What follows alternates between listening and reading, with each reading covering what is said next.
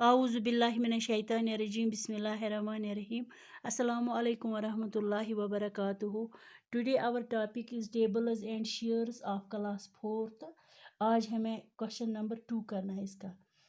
Question च इतना, a family of 8 people needs 60 kg wheat for a month. Ekis family man ch 8 नफर तमन च लगा ekis रेतस 60 kilo Kanak. How much wheat does the family need for a week? Teli वनियो ekis haftas kota kۭtya कनक लगन अमन. अगर रेतस छक लगन 60 kilo अमन 8 नफरन तेली वनियो ekis haftas kota कनक लगी अमन. टाठियो बच्चो गोड़ थयु तु याद ekis रेतस छ आसान 4 हफ्त. ekis रेतस छ आसान 4 हफ्त. इस करो सवाल इतना,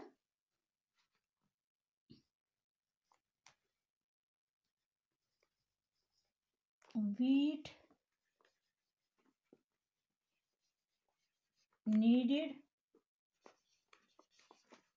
by a family for a month.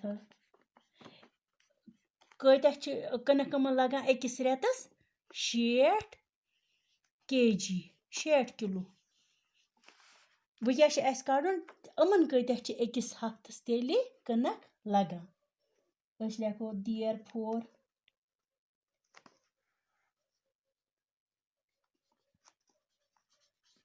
wheat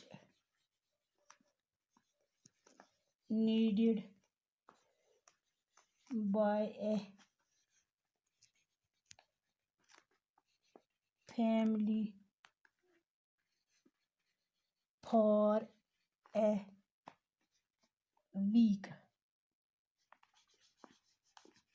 एकस रेतस कत्या कनक छ एकस हफ्तस कोता कनक छ अमन लगा. अस लेखो टाठियो बच्चो 60 डिवाइड बाय 4. 4 कोर अस अमन युकुस 4 कोर अस एकस रेतस मंज छ आसान 4 हफ्त.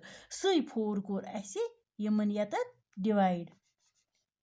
अस थावो योर कन लिखित, योर कन थावो अस लिखित 4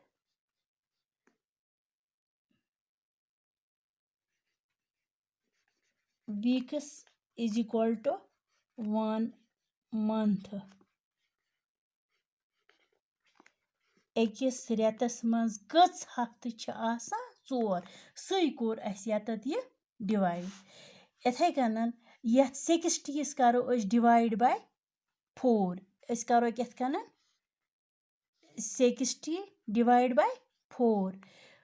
4 1s आर गो 4. लेखो 4 यथ तल गोस कम. 4 2s आर गो 8 गस ज्यादा. तेल गो 4 1s आर क्या गो 4. 6 वालो 4 तत कत्या रूद तत वो 2. योर क्या वालो ये 0. वो वुचो वो किम से गए 4 1s are go 4. 4 2s are go 8. 4 3s are go 12. 4 4s are क्या go 16. 4 5s are go 20. 4 5s are 5 से गो अद बराबर 4 5s आर गो 20. तेल क्या द्राव अस जवाब? अस द्राव जवाब 15 kg लगन अमन एकस हफ्तस. अगर अत फैमिली छ लगा 60 किलो एकस रेतस कनक तो एकस हफ्तस कोता लगे अत लगन अमन 15 किलो कनक एकस हफ्तस. खुदा हाफिज.